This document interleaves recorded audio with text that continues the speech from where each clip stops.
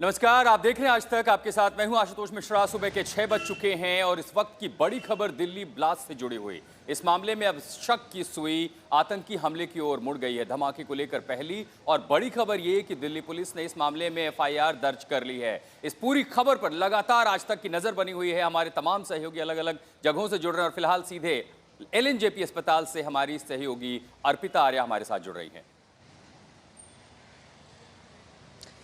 नमस्कार, आपके साथ मैं हूं अर्पिता आर्या और मैं एलएनजेपी में हूं क्योंकि एक ऐसा हादसा, एक ऐसी दुर्घटना हुई जिसने पूरी दिल्ली को दहला दिया। आतंकी घटना की नजर से फिलहाल प्राथमिक तौर पर इसे देखा जा रहा है। किसी ने ऐसा अंदाजा नहीं लगाया था कि कोई ऐसी इतनी बड़ी घटना लाल किले के इतने पास मेट्रो स्टेशन के गेट नंबर 1 पर हो जाएगी, जहां पर 3 घंटे पार्क रही एक गाड़ी अचानक से ब्लास्ट हो जाएगी।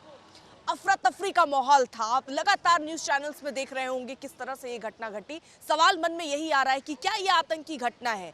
क्या 2011 में जो दिल्ली हाईकोर्ट में हमने घटना देखी थी उसके बाद अब ये ऐसी वारदात हुई है? और इसके पीछे आखिरकार कौन है? ये तमाम सवाल जो हैं वो सामने आ रहे हैं। इसके अलावा आपने ये भी देखा होगा कि कैसे आतंकी साजिश के तार जो है वो अलग अलग जगहों से जुड़ते रहे हैं। कई आतंकी पकड़े गए हैं, कईयों से पूछताछ हो रही है, उनके जो भी हथियार हैं वो सब जब्त किए जा रहे हैं। तो क्या किसी खुंदक में आप कह सकते हैं उसका बदला लेने के आनन फानन क्या ऐसी घटना की गई है? अभी देखिए, कुछ भी कहना बहुत जल्दबाजी होगी क्योंकि अभी कोई आधिकारिक पुष्टि नहीं हुई है कि ब्लास्ट दरअसल हुआ कैसे। लेकिन प्राथमिक जांच या आप कह लीजिए अभी जो सूत्र बता रहे हैं वो ये कह रहे हैं कि ये एक आतंकी घटना हो सकती है। फिलहाल अमित शाह ने कहा है, कल वो अस्पताल भी गए। मैं इस समय अस्पताल में के बाहर ही हूँ, यहाँ घायलों का इलाज चल रहा है। दुआ बस यही की जा सकती है कि जो मौत का आंकड़ा है वो और ना बढ़े आशुतोष। और चूंकि ये आतंकी घटना फिलहाल प्राथमिक तौर पर जांच एजेंसियां मान रही हैं और इसीलिए इस एफआईआर में यूएपी की धारा 16 और 18 के तहत प्राथमिकी दर्ज की गई है। ये धाराएं आतंकी हमले से जुड़ी हुई हैं। दूसरी ओर दिल्ली पुलिस की दर्जन भर टीमों ने अलग अलग जगहों पर बीती रात छापेमारी की है। पुलिस ये जानने में जुटी है कि i20 कार कहां से चली थी, 3:19 पर लाल किला के पास पार्किंग में कैसे पहुंची। आपको यह भी बता दें कि लाल किले की सुनहरी मस्जिद स्थित पार्किंग में वो कार सोमवार को करीब 3.5 घंटे तक खड़ी रही और वहां से शाम 6:48 पर निकली और 6:52 पर यह धमाका हुआ। दिल्ली पुलिस की दर्जन भर टीमों ने छापेमारी की है और कार ब्लास्ट मामले में अब तक के जो बड़े खुलासे सामने आए हैं, जांच एजेंसी के सूत्रों के मुताबिक ये कार में धमाका ये एक आत्मघाती हमला था। इसे आत्मघाती हमले के तौर पर माना जा रहा है और फॉरेंसिक टेस्ट और तमाम जांच के बाद जांच एजेंसियां इस नतीजे पर भी पहुंचेंगी कि आखिर इस तरह से कार के जरिए फिदाइन अटैक जो करते हैं ये मॉड्यूल लश्कर का है, जैश ए मोहम्मद का है या किस आतंकी संगठन के इसमें हाथ हो सकते हैं। और हमारे दो सहयोगी इस समय घटनास्थल से हमारे साथ जुड़ रहे हैं। सुमित चौधरी सीधे लाल किले से, मिलन शर्मा एलएनजेपी अस्पताल से। सीधे सुमित चौधरी का रुख करते हैं। सुमित, आज सुबह की तस्वीरें, इस समय वहां क्या हो रहा है, क्या कुछ दिखाई दे रहा है? हमने बीती रात देखा वहां पर एनएसजी मौजूद थी, यूपीएसटीएफ तक वहां पहुंची थी, दिल्ली पुलिस स्पेशल सेल मौजूद थी, आईबी और तमाम जांच एजेंसियों के लोग थे। आज सुबह क्या कुछ देख पा रहे हो अपने इर्द गिर्द?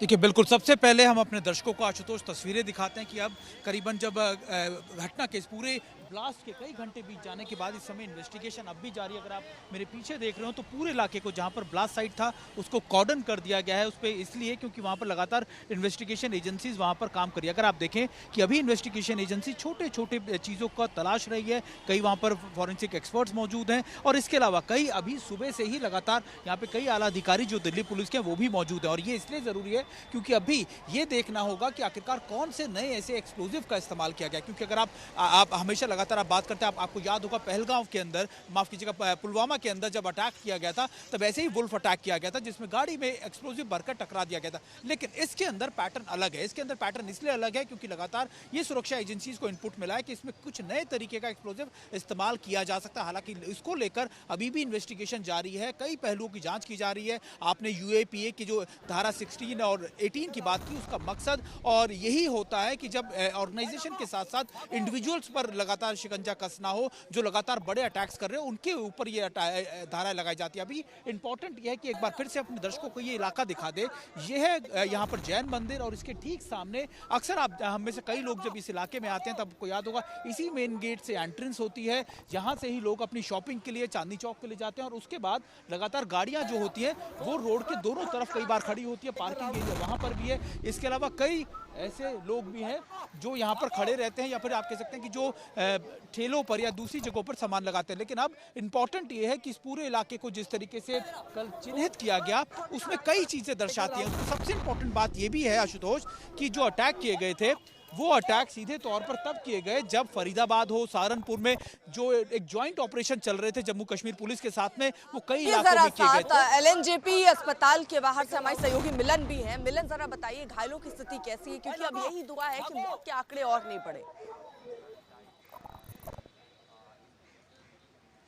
नहीं, बिल्कुल देखिए अर्पिता, पिछली वक्त जब ये आंकड़े सामने आए थे तो गृह मंत्री अमित शाह ने भी इसकी पुष्टि की कि 8 लोग हताहत हुए हैं और मृत्यु में 2 लोगों की जो है पहचान हो पाई है और जो बाकी लोग हैं उनकी पहचान अभी तक नहीं हो पाई है। और जो हमें डॉक्टरों की तरफ से सूत्रों ने बताया है वो यही है कि जो घायल हैं उनकी संख्या 20 है और उन्हें अलग अलग तरीके की जो चोटें हैं वो आई हैं, क्योंकि ब्लास्ट इस तरीके से हुआ और उसकी पेरिफेरी इतनी ज्यादा चौड़ी थी कि काफी लोगों को इसमें चोटें आई हैं और कई जो 3-4 ऐसे लोग भी थे जिनको बहुत ज्यादा जो जलने से जो घाव है वो हुए थे। एक बहुत ही भयानक जो बात है इसमें कि एक शरीर का एक अंग मिला है, एक हिस्सा मिला है और कुछ भी नहीं मिला है, इसलिए जो लोग मरे हैं उसमें 9वीं गिनती नहीं हो पा रही है अर्पिता। और ये बहुत ही भयावह है कि इस तरीके से जो ब्लास्ट का इम्पैक्ट था जिसमें आसपास के जो लोग थे और जिस तरीके से उनकी मौत हुई है उसमें पुष्टि कर पाना थोड़ा सा मुश्किल पड़ रहा है, सिर्फ 2 लोगों को छोड़ के। और वो 2 जो मृतक हैं वो आदमी थे।